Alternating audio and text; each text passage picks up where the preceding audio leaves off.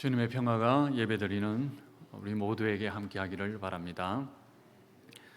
또 젊어서 교회에서 열심히 헌신하셨지만 이제 연로하셔서 유튜브로 예배드리는 모든 어르신들과 또 여러 가지 사정으로 인해서 출타 중인 모든 교우들에게도 하나님의 평화가 함께하기를 바라겠습니다.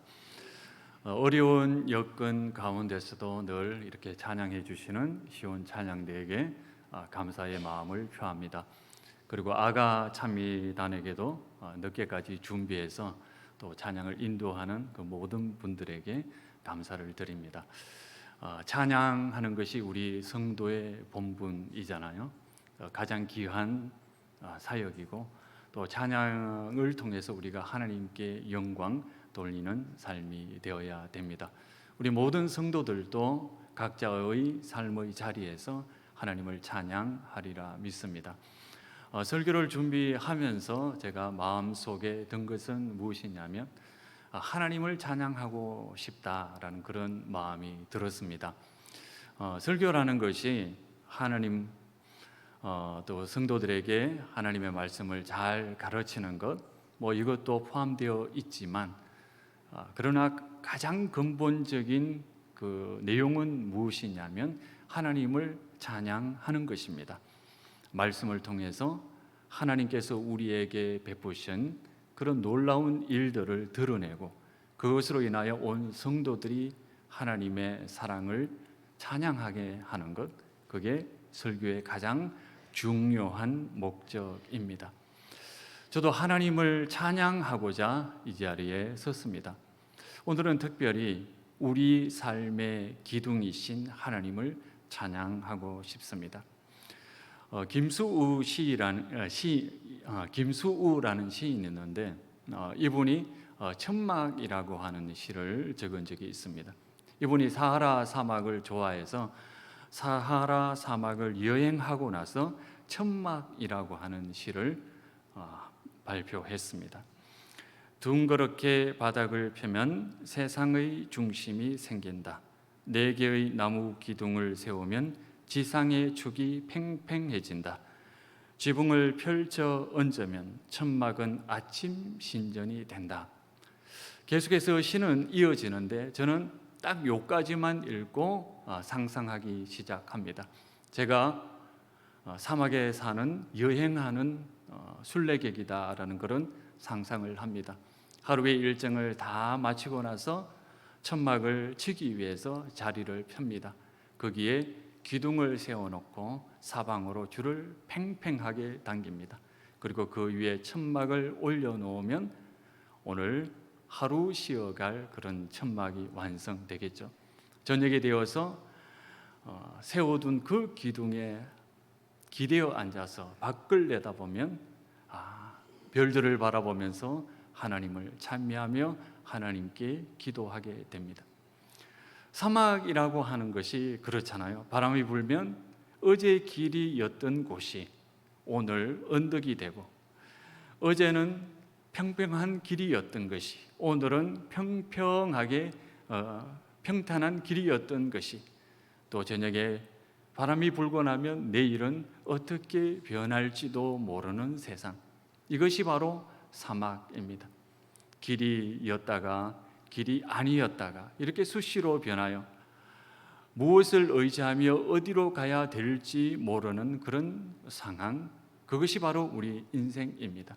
그러나 우리가 기댈 기둥이 있다면 그 기둥에 기대어서 하루의 삶을 정리하고 하나님을 찬양하고 하나님께 기도할 수 있다면, 그리고 성령께서 우리의 삶을 인도해 주신다면 우리의 삶은 복된 삶이 될 것입니다.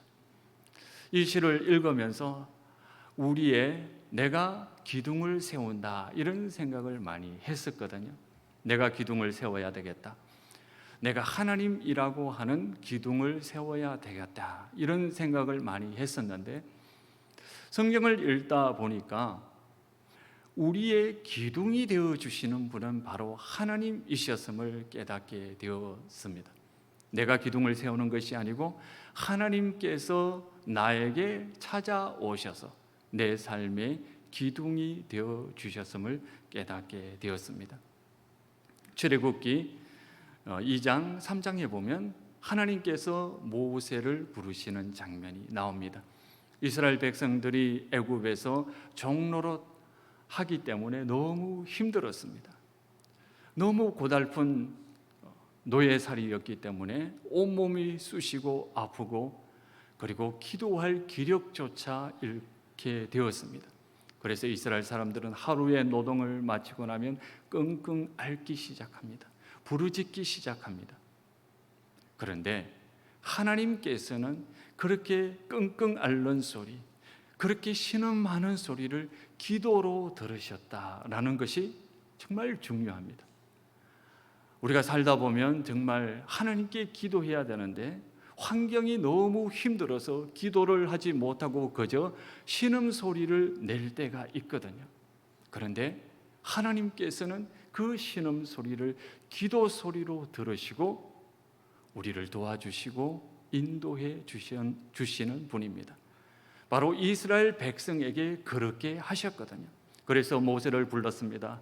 모세야, 저 이스라엘에게 가서 애굽으로 가서 이 이스라엘 백성을 구원하여라. 모세는 하나님께 말씀하셨습니다. 내가 그들에게 간다면 그들이 하나님은 도대체 어떤 분이신가 물을 텐데 그들에게 하나님의 이름을 알려드리고 싶습니다. 적어도 하나님의 이름을 알려주어야만 그들이 하나님을 믿고 따를 텐데 주님, 당신의 이름은 무엇입니까? 그러자 하나님께서는 말씀하십니다. 나는 여호와 하나님이다. 나의 이름은 여호와이다. 그러면서 여호와의 뜻이 무엇인지 해설을 합니다. 나는 스스로 있는 자이다. 나는 스스로 있는 자이다. 문장이 굉장히 어렵지만 이것을 쉽게 풀어서 이야기를 한다면 나는 늘 너희를 위하여 거기 있으리라 라는 뜻입니다. 이름이 나는 늘 너희를 위하여 거기 있으리라. 너희가 필요한 때에, 너희가 필요한 장소에, 너희가 꼭 도움이 필요한 장소에 내가 너희를 도와주기 위해서 나는 늘 대기하고 있는 분이시다. 이렇게 말씀하셨습니다. 이 말씀을 비추어 본다면 하나님께서는 우리가 삶의 기둥을 세우는 것이 아니고 하나님께서 우리의 기둥이 되어 주신다. 우리의 지팡이가 되어 주신다라는 것을 알 수가 있습니다. 그러니 하나님을 찬양하지 않을 수 없습니다. 저는 하루에 한 달에 한 번 정도는 기도할 때 아무것도 강구하지 않습니다. 아무것도 요구하지 않습니다. 그저 하나님께서 우리에게 베푸신, 저에게 베풀어 주신, 교회에 베풀어 주신 크신 은혜를 그저 찬양할 뿐입니다. 그럴 자격이 있지 않습니까? 하나님께서는 하루 정도, 한 달에 한 번 정도 아무 요구도 하지 않고 찬양 받으시기 원하시는 주님, 감사 받으시기 원하시는 주님, 하나님의 그 크신 은혜를 생각한다면 우리가 그 정도, 하나님은 그 정도 자격은 충분히 있으시다라는 생각이 듭니다. 오늘 노아의 이야기를 통하여 하나님을 또한 찬양하기 원합니다. 우리는 늘, 그리고 저는 어렸을 때부터 하나님은 변하지 않으시는 분이다라는 그런 이야기를 너무 많이 들었습니다. 하나님은 변하시지 않으시는 분이다. 그런데 오늘 노아의 이야기를 보면서 하나님도 변하시는구나 라는 것을 깨닫게 되었습니다. 하나님은 심지어 자기 성품조차도 변화시키시는 분입니다. 얼마나 놀랍습니까? 노아의 이야기는 창세기 6장부터 9장까지 이야기가 이어집니다. 창세기에서 그렇게 긴 이야기, 한 사람의 이야기를 끌어가는 경우는 굉장히 드물죠. 아주 긴 이야기라고 할 수 있습니다. 6장에서 보면 어떻게 시작하느냐면 6장 7절에 보면 내가 쓸어버리리라 이렇게 이야기를 합니다. 13절에 내가 멸하리라, 17절에는 내가 홍수를 일으켜 멸하리라 이렇게 말합니다. 이 하나님의 감정을 느껴볼 수 있습니다. 하나님은 대단히 분노하고 있다는 것을 알 수가 있습니다. 왜냐하면 사람이 죄를 지었거든요. 사람이 원래 죄를 지으려고 했던 것은 아닌 것 같아요. 왜냐하면 하나님께서 우리에게 복을 명하셨습니다. 생육하고 번성하라. 하나님께서 주신 복은 뭐냐면 너희들이 문명을 만들고 문화를 만들어 보아라 라고 하는 그런 명령입니다. 그래서 하나님께서 주신 그 복을 따라서 사람은 열심히 자신의 문명을 건설하고 문화를 일구었습니다. 그런데 어느 날 조그마한 죄를 짓게 되었습니다. 죄라고 하는 것이 참 무섭습니다. 왜냐하면 작은 죄를 하나 지으면 그 죄를 짓는 것은 나인데, 그 죄를 시작하는 것은 나인데, 그 죄가 우리 속에 들어오면 힘을 발휘하기 시작합니다. 처음에 짓는 것은 사람이지만 나중에는 그 죄가 사람을 사로잡아서 사람이 죄를 짓도록 만듭니다. 그리고 우리의 생각과 본성을 타락시켜서 우리의 본성조차 돌이킬 수 없는 상태로 만드는 것이 죄의 힘입니다. 하나님은 이렇게 변해가는 인간에게 분노하셨습니다. 6장에 있는 이 말씀을 보면 하나님께서 분노하셔서 금방 세상을 끝낼 것 같습니다.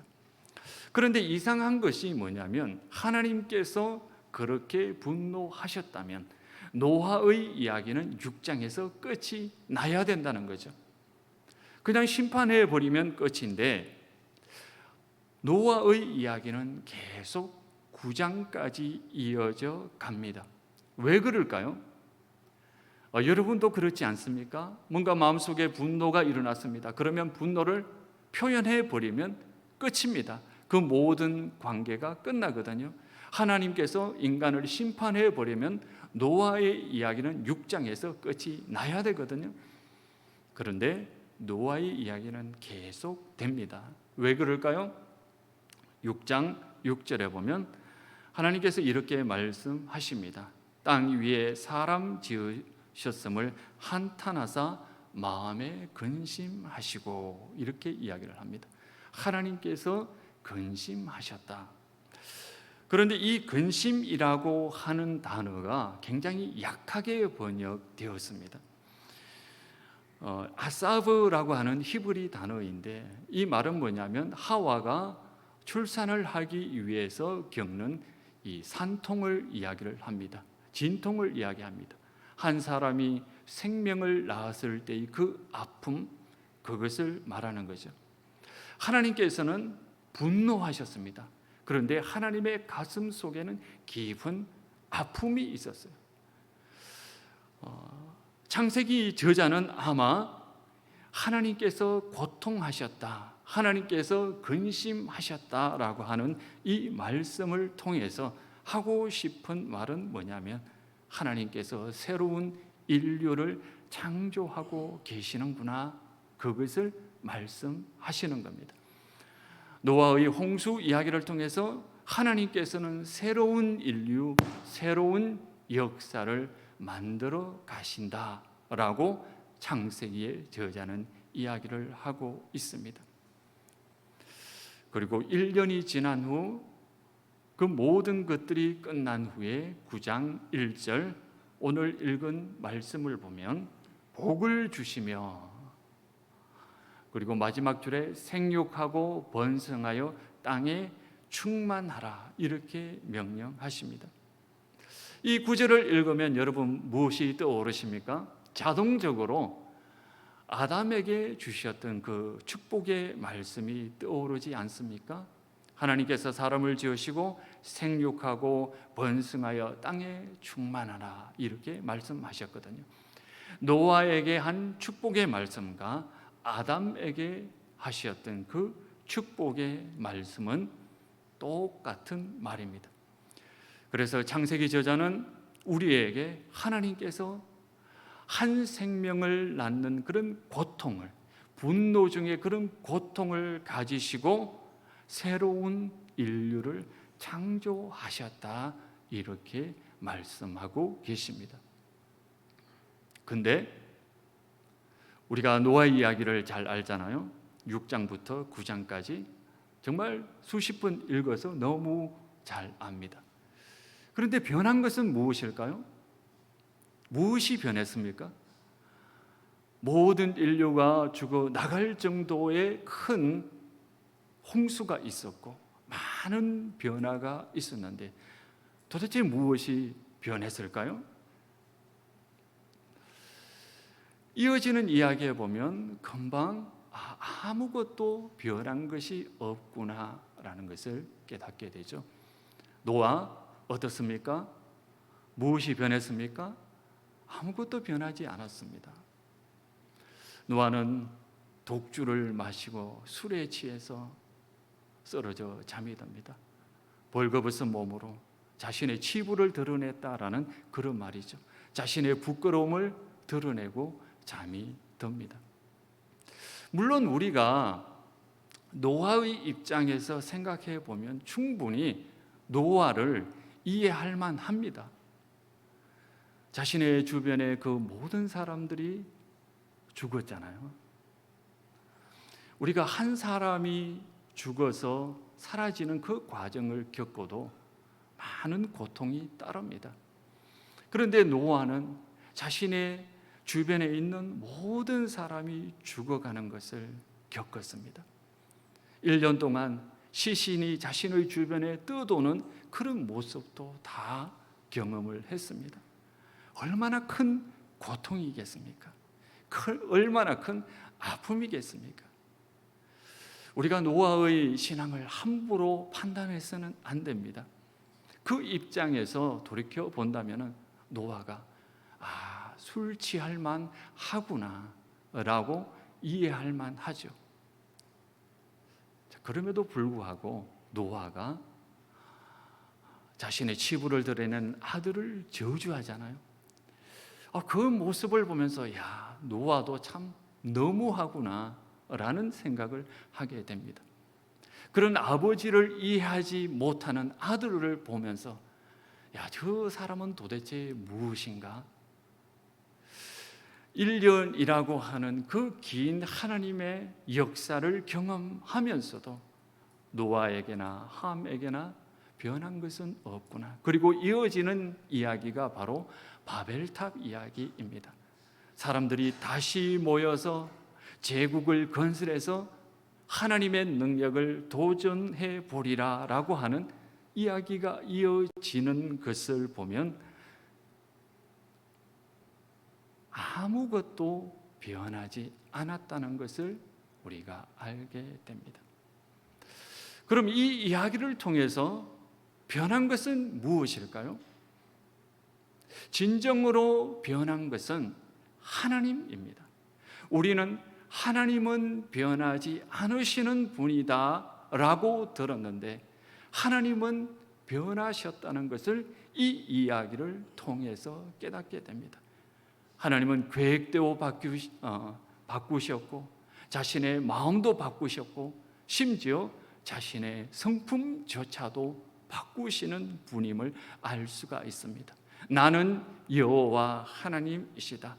내가 너희를 도와주기 위해서 너희가 필요한 때에, 너희가 언제든지 도움이 필요한 때에 너희들을 돕고 너희 곁에 너의 삶의 기둥이 되기 위해서 항상 준비하고 계신 분이시다. 나는 여호와 하나님이시다라고 하는 그것을 확실하게 증명해 보인 이 이야기가 바로 노아의 이야기입니다.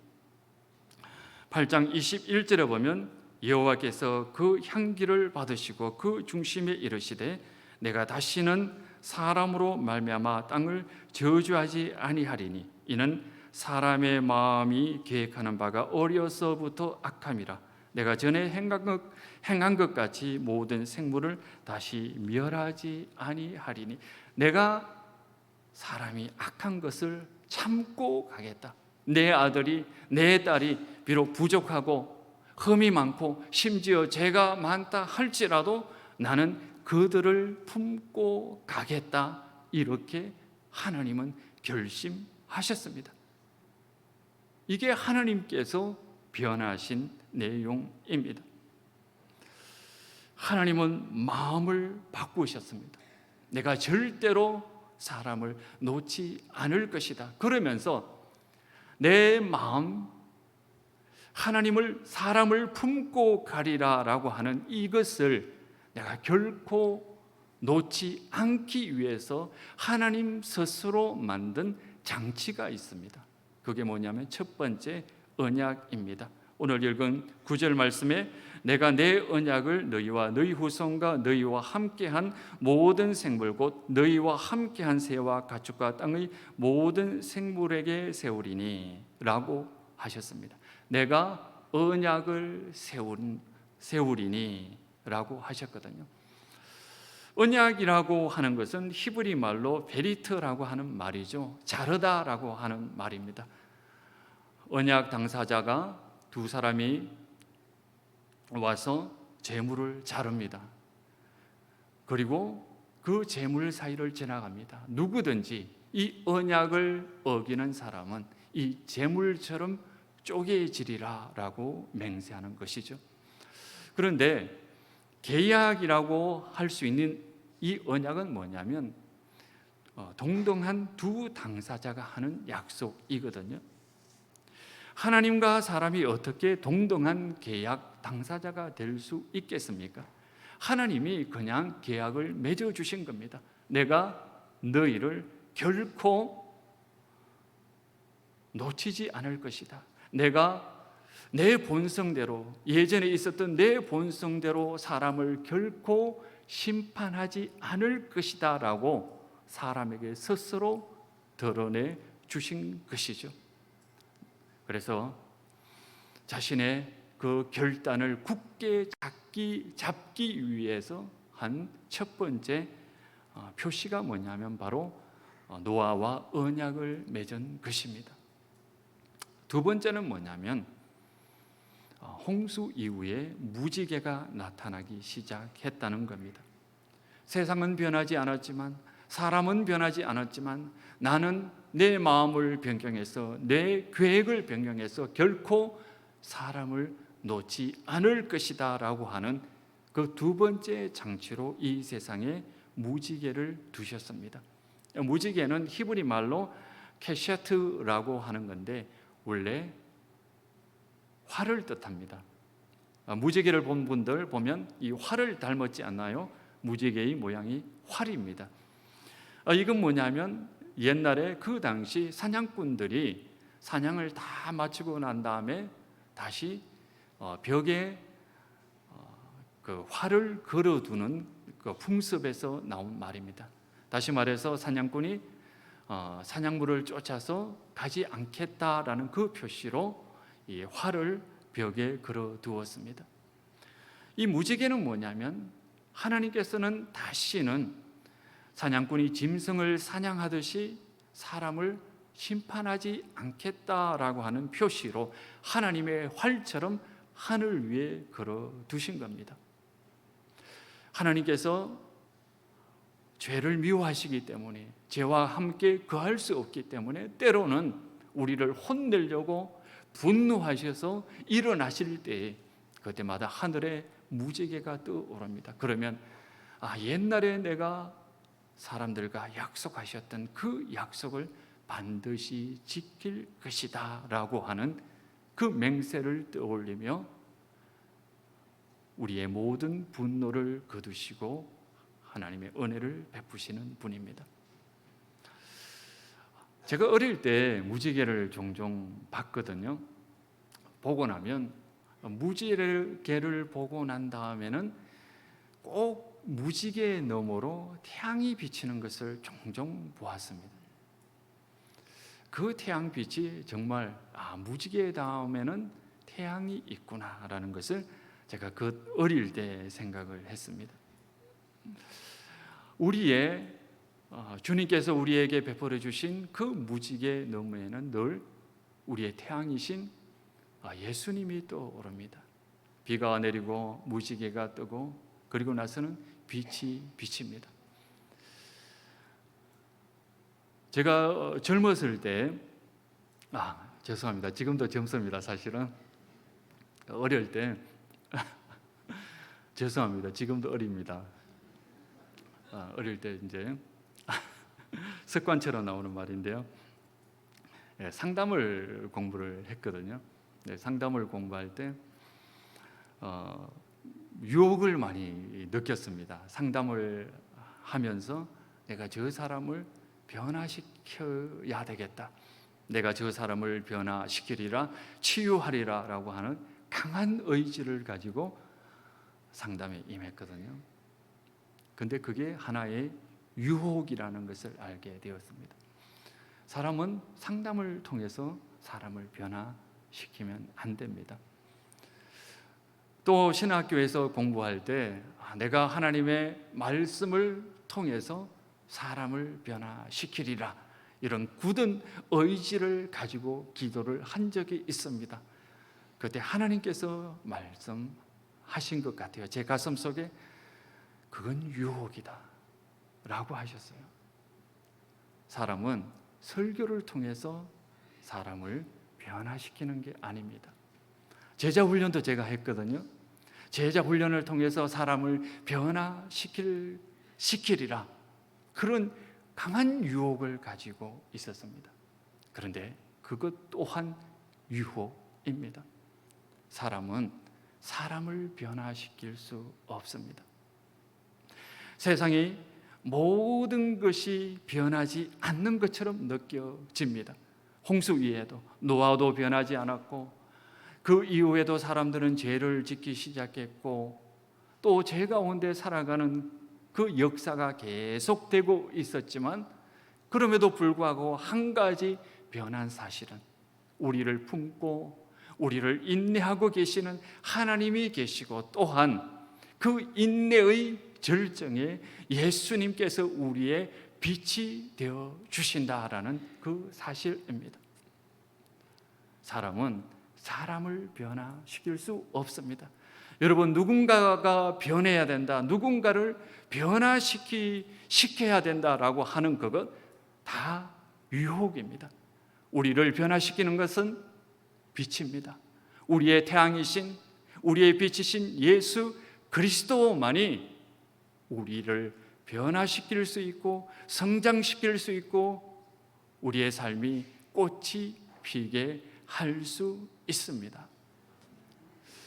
제 아버님이 꽃을 좋아하셨거든요.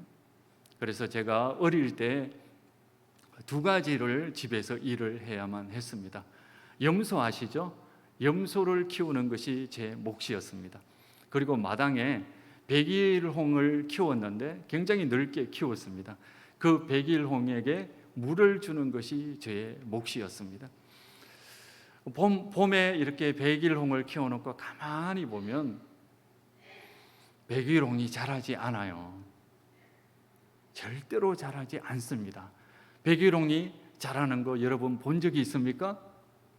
자라지 않습니다. 제가 키워봐서 잘 압니다. 그런데 시간이 흘러가니까 자라 있더라고요. 그리고 더 시간이 흘러가니까 꽃이 피어 있는 것을 보았거든요. 날마다 자라는 것이 보이지 않지만 날마다 자라고 있는 것이 바로 생명입니다.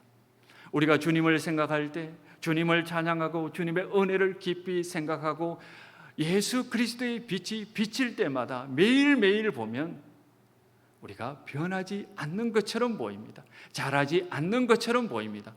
그럼에도 불구하고 날마다 자라는 것이 있습니다. 이게 생명입니다.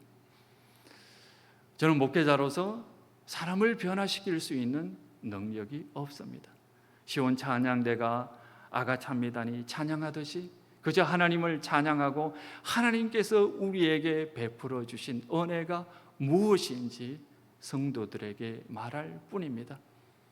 그리고 혹시 우리 교회에 그 은혜의 빛을 가리고 있는 것은 무엇인지, 장애물은 무엇인지 그것을 살피고 그것을 치우려고 노력하는 것이 목회자의 의무라고 생각합니다. 우리 장로님들 또한 그런 마음을 가지고 계실 겁니다. 우리 권사님들, 집사님, 또 여러 재직들이 그러한 마음으로 혹시 우리를 성장시키고 우리를 변화시키는 것은 예수 그리스도이신데 혹시 내가, 내 행동이 또 교회의 어떤 것이 그 은혜의 빛을 가로막고 있는 것은 무엇인가? 그것을 치우고 그것을 하나하나 제거하는 것이 무엇인가 노력하고 애쓰리라 믿습니다. 우리가 더욱더 하나님 은혜 가운데 살아가는 1년이 되었으면 좋겠습니다. 그리고 서로가 서로에게 기둥이 되고 힘이 되어주는 하나님의 사랑을 찬양하는 찬양 대원이 되었으면 좋겠습니다. 기도하시겠습니다. 하나님 아버지, 늘 주님의 그 크신 사랑 감사드립니다. 우리에게 한없이 내리시는 예수 그리스도의 그 은혜의 빛을 날마다 먹고 자랄 수 있도록 도와주시옵소서. 우리를 참고 인내하시는 하나님 아버지의 그 크신 사랑을 마음에 품고 살아가는 저희들이 되게 해 주시옵소서. 예수님 이름으로 기도드리옵나이다. 아멘.